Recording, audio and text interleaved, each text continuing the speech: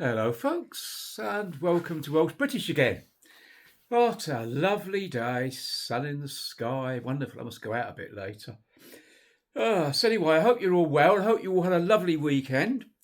And I thought I'd come back now because I think, we need to be thinking there's going to be a general election before the end of the year, probably a bit before that, in the autumn, I think.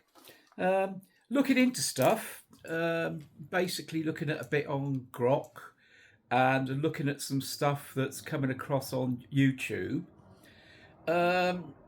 It rather seems though Communist Labour and Burnham and the people behind him, which is the main point, because Burnham's just the puppet, really, isn't it? It's the main people behind him, exactly the same as it was with Starmer.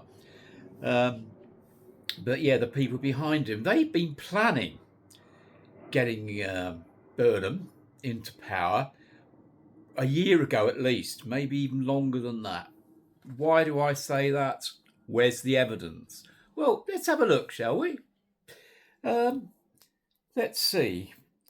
When it comes to light that the lease on the number 10 at Manchester, the number 10 Downing Street at Manchester, the lease, quite a long lease I understand, was signed 8 days before the Makerfield elections. So clearly before the election took place, it had been calculated by Communist Labour that they could win this Makerfield election on there, and then get Burnham on his second attempt, because Starmer stopped his first attempt, didn't he? Is get him down into the Commons. And then what happened from there was that he had the whole endorsement of a huge amount of the Labour MPs. Now, one has to wonder about how they were influenced to be agreeable and stand behind him. I think he was selling to them on quite a left-wing agenda. And I think he's been presenting to us on a less left-wing agenda. Now, that's part of the evidence. The other part of the evidence is the number 10 front door that he's actually got in Manchester. Now, if one looks at that, that's a really impressive door, and that would have taken a while to make. So I would imagine by the time the decision was made to do that, and the order put in, and it being made and delivered, I would suggest, predate the Makerfield election as well. So there's the evidence, and I'm sure there's more evidence. It's just that I've not dug it up yet, but I'm sure somebody will be presenting that evidence in due course. Now, since Burnham got in, it's very convenient that Parliament is not sitting now, isn't it? Because it means that he's not getting cross-questioned in the Commons by the leader of the opposition and other parties, Nigel Farage and so on. So he's avoiding all that. He's had some interviews on the telly, but it's by his chosen media, the BBC, who, of course, is on side with the government. We know the BBC is biased and corrupt. And I needn't go into that. You know why that is, and you know how they've been performing. So he's used the BBC and a few other sort of friendly faces. What he hasn't done, of course, is to have an interview with media that might challenge him a little bit more and be asking him more questions. Also, what he's failed to mention, either completely or mostly, is the major issues of the day.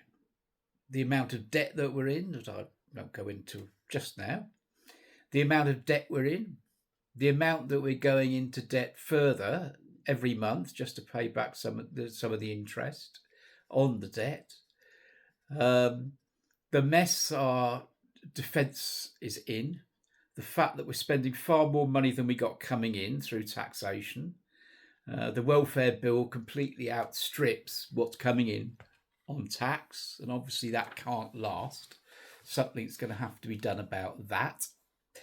But and also, he's not said a word about immigration, and he's not said a word about the grape gangs. even though he was mayor of Manchester for 9 years. And there seems to be very little evidence to show that he was positively doing anything about the great gangs. In fact, the evidence would suggest the complete opposite. Was he covering up? That needs looking into and investigating. But the question is, will it? So all those major issues he's not paid attention to, either not at all or very, very scantily. Now, what he has done, and I got a little list here, what he has done, he has committed to ending rough sleeping. Now, several things to be said about that. One is that in Manchester, rough sleeping actually increased. I think it nearly doubled under the 9 years that he was mayor of Manchester. It may have improved a little bit to start with, but at the end of his tenure as mayor of Manchester, rough sleeping doubled. And he was saying he was going to do something about that as mayor of Manchester. So when he's saying that he's going to end rough sleeping in the UK, that perhaps doesn't leave us with too much confidence, does it? Now, that's at the cost of £340 million. The other things he's been talking about is the abolition of VAT on electricity. Now, that's 5% VAT on electricity. And it's not everybody that actually would save any money on that, because lots of people use oil and not electricity. So people that are on oil, people that are on gas won't benefit from that. Just a small number of people that are on electricity will save that. And if you're on both gas and electricity, then obviously it's only electricity you're going to save on. But nonetheless, that's going to cost the government and the taxpayer £850 million. The other thing that he's talked about is reducing business rates in pubs, clubs, and musical venues by 20%. Now, while one can see the positive side of that, and indeed the positive side of the other things that he's doing, it's costing money, isn't it? It's costing £100 million. It's not going to make a lot of difference. I think it's going to make a difference of about a pint of beer a day or a pint of beer a week to the landlords of pubs and such like. So the impact on that is going to be very little indeed. But that's going to cost £100 million. I don't know what else that he's pointed out that he's going to do to butter us up. But that comes to £1.3 billion. Just those four things there. Now, I don't know, he hasn't really said where that money's going to come from. There is the other thing of reinstating the £2 bus fare from £3 to £2. That's outside London. Remember that point. Outside London. I haven't got a cost for that, but that's on top of the £1.3 billion. And I say, I don't know where he's going to get that money from, because we haven't got any money. We're £3 trillion in debt, and that debt is increasing £20 billion a month, and that's without consideration for this 1.3 billion, plus it's going to be more than that, that he's intending to spend to try and make us feel better. So I don't quite know what he's going to be doing with that. Now, it's very interesting that it's outside London, this savings, because it seems to me that what's the people behind Burnham and the last one, what they've been looking at is to parachute Burnham in with this coup, which is a coup, the way it's happened. He wasn't even an MP till a couple of weeks ago, was he, also? To parachute Burnham in. Burnham makes the right noises, open up a number 10 Downing Street in Manchester. Now, it seems to me this has been done to manipulate the people of the North into coming away from the Greens and coming away from Reform UK and the Conservatives to start voting Labour again.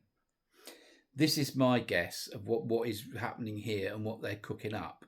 And I think what he's cooking up is to keep an eye on the opinion polls.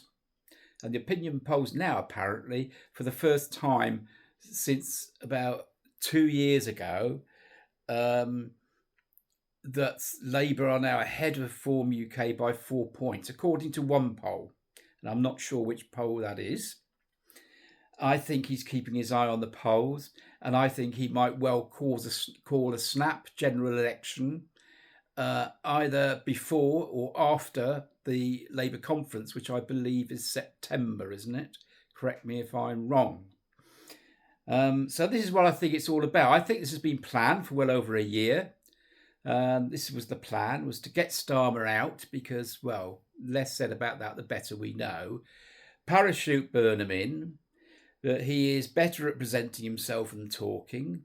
He's presenting himself, I think, to these backbenchers as being a person from the left who's going to implement radically left policies, but not yet, and presenting himself to the public as someone that's far less left-wing and throwing us some sweeteners, hoping that you will feel a little bit better and you will convert and vote Labour.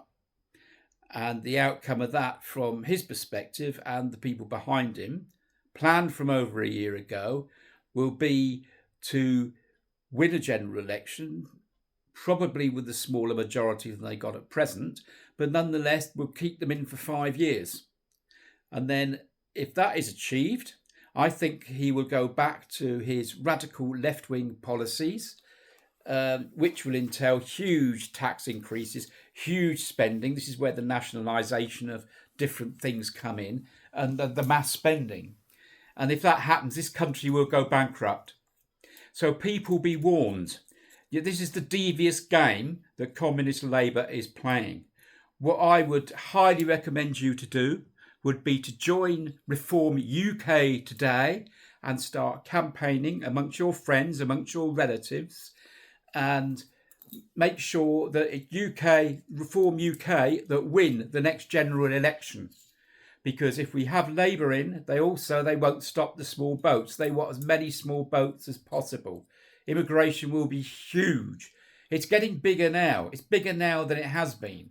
It's bigger now than it has been, and it's going to get bigger and bigger and bigger.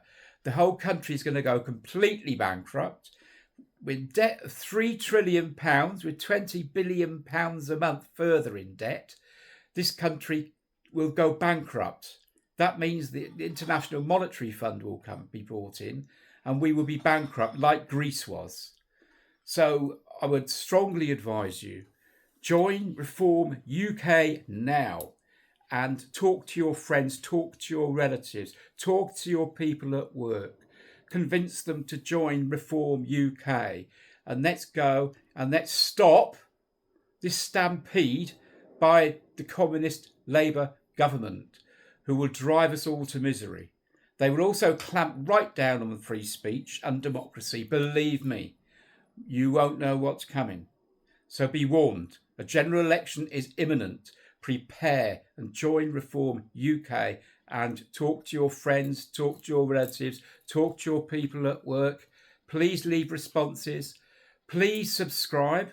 Please forward this podcast far and wide amongst all your family, amongst all your friends, and ask them to subscribe as well. Let's get my subscriptions up, and let's get ready for this battle to stop the communists taking this country over for 5 years and driving us to ruin. Take care, best of luck, and please subscribe, and please send this video widely as possible. Goodbye, folks. Take care. Have a good week.